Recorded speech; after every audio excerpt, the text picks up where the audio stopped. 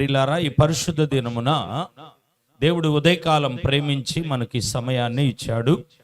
ఈ తరుణము అనుగ్రహింపబడింది. ప్రియులారా, మరి గత మాసము గత వారాలన్నిటిలో కూడా దేవుడు తోడుగా ఉన్నాడు. దేవుడు తన యొక్క సన్నిధి, తన మహాకృపను మనకు అనుగ్రహించి ఉన్నాడు. మరి మనకు కలిగిన ప్రతి అవసరత దేవుడు తీర్చాడు. మన అక్కర తీర్చాడు, మన అవసరతలు తీర్చబడ్డాయి. ప్రియులారా, మరి చాలా మంది భూమి మీద సజీవులుగా లేరు. మనలను అయితే దేవుడు సజీవులుగా ఉంచాడు. మన అవసరతలు, అక్కర్లు, మనకున్న ప్రతి లేమి, దారిద్రతను, కొదువును తీసి మరొక మాసంలో కూడా ఆయన మనల్ని ప్రవేశపెట్టాడు. 2025లో ఇంకొక నెలే ఉన్నది. మనం కొత్త సంవత్సరంలో మనం కొనసాగుతాం. బైబిల్లో మనందరికి పరిచయమైన ఒక చిన్న మాట, కీర్తన 138 కీర్తనలో 2వ వచనం, 138 కీర్తన 2వ వాక్య భాగములో, నీ పరిశుద్ధ ఆలయము తట్టు నేను నమస్కారము చేయుచున్నాను.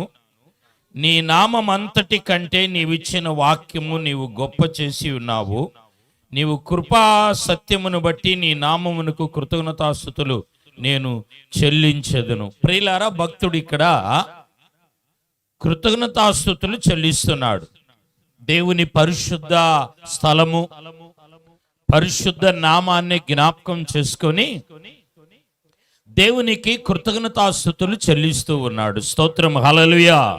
అక్కడ అనే మాట ఏమిటంటే, కృతజ్ఞతాస్తుతులు చెల్లిస్తూ దాన్ని వర్ణిస్తున్న మాట ఒక మాట అంటున్నాడు, నీ నామం అంతటి కంటే నీవిచ్చిన వాక్యము నీవు గొప్ప చేసి ఉన్నావు అన్నాడు. ప్రియమైన వారలారా, దేవుని బిడ్డలను దేవుడు ఎప్పుడు కూడా ఆయన గొప్పవారుగా చేస్తాడు. గొప్ప చేయటానికే ఆయన ఇష్టపడతాడు. దేవుని బిడ్డల కార్యాలలో, దేవుని బిడ్డల యొక్క నడవడికలో, దేవుడి బిడ్డలు కోరుకుంటున్న ప్రతి ఒక్క ఆలోచనలో ప్రియులారా, దేవుడు ఎప్పుడు కూడా గొప్పవారుగా చేస్తాడు. తన బిడ్డలు గొప్పవారుగా ఉండటం ఆయన ఇష్టపడతాడు. తన బిడ్డలు బాగా చదువుకోవాలి, తన బిడ్డలు బాగా ఉన్నతమైన స్థాయిలో ఉండాలి, తన బిడ్డలు ప్రియులారా దీవించబడాలి, తన బిడ్డలు ఆరోగ్యకరమైన స్థితిగతుల్లో ఉండాలని దేవుడు ఎప్పుడు కూడా ప్రియులారా ఆయన కోరుకుంటాడు. ఇక్కడ అంటాడు బైబిల్లో, నీ నామం అంతటి కంటే నీవిచ్చిన వాక్యము నీవు గొప్ప చేసి ఉన్నావు అంటాడు. Praise the Lord. అంటే దేవుని వాక్యాన్నే దేవుడు ప్రియులారా గొప్ప చేసే దేవుడై ఉన్నాడు.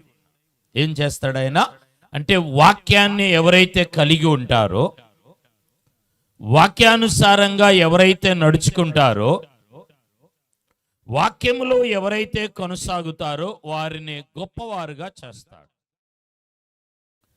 దేవుని వాక్యము లేనివారు, వాక్యానుసారముగా నడుచుకొని వారు ఎప్పటికీ వారు ఏమవరంటే వారు గొప్పవారు కారు. ఎందుకంటే యాకోబు పత్రిక ఒక మాట చదవండి త్వరగా, 1వ అధ్యాయము యాకోబు పత్రిక 1:18, ఆయన తాను సృష్టించిన వాటిలో మనము ప్రథమ ఫలముగా ఉండునట్లు సత్యవాక్యము వలన మనలను తన సంకల్ప ప్రకారము కనెను. ఎంత గొప్ప సంగతి!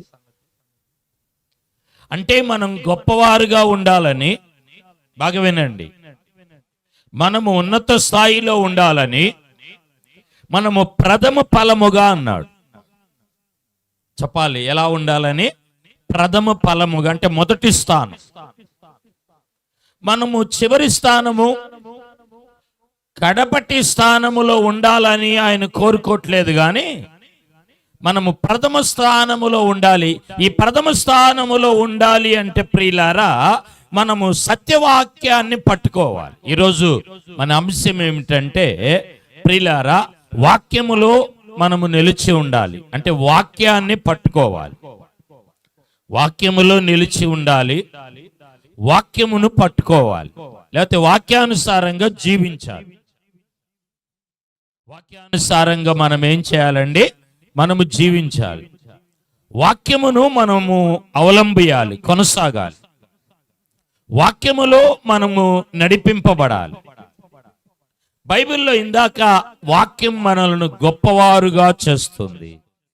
వాక్యానుసారంగా జీవిస్తే, వాక్యము నడిపింపులో మనం ఉంటే, వాక్యం వైపు మనం చూస్తే, మీరేమైతే ప్రార్థించుకొని ఎదురు చూస్తున్నారో ఆ కార్యాన్ని ఆత్మదేవుడు కొనసాగించునుగాక, నడిపించునుగాక, అనుగ్రహించునుగాక. ఆయన మనము అడుగుతున్న కార్యాన్ని నెరవేరుస్తున్నందుకు చప్పట్లు గట్టిగా కొడుతూ ఘననామాన్ని మహింపరుద్దాం, స్తోత్రాలు చెల్లిద్దామండి.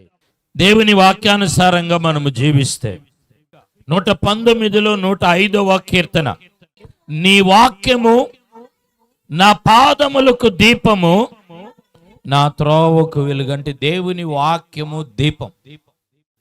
దేవుని వాక్యానుసారంగా నడిస్తే, కొంతమంది వాక్యము చెప్పనిది చేస్తారు, గుండు కొట్టిస్తారు. వాక్యంలో ఉందో గుండు కొట్టించుకోమని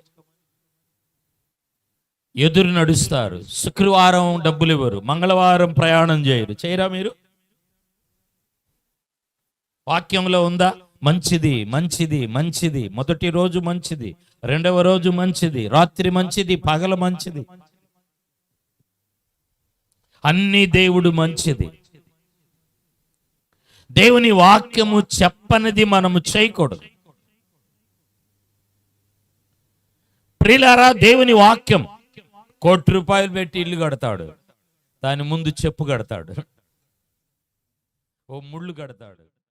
దేవుని సన్నిధిలో ప్రియులారా, వాక్యం చెప్పనిది మనం చేయకూడదు.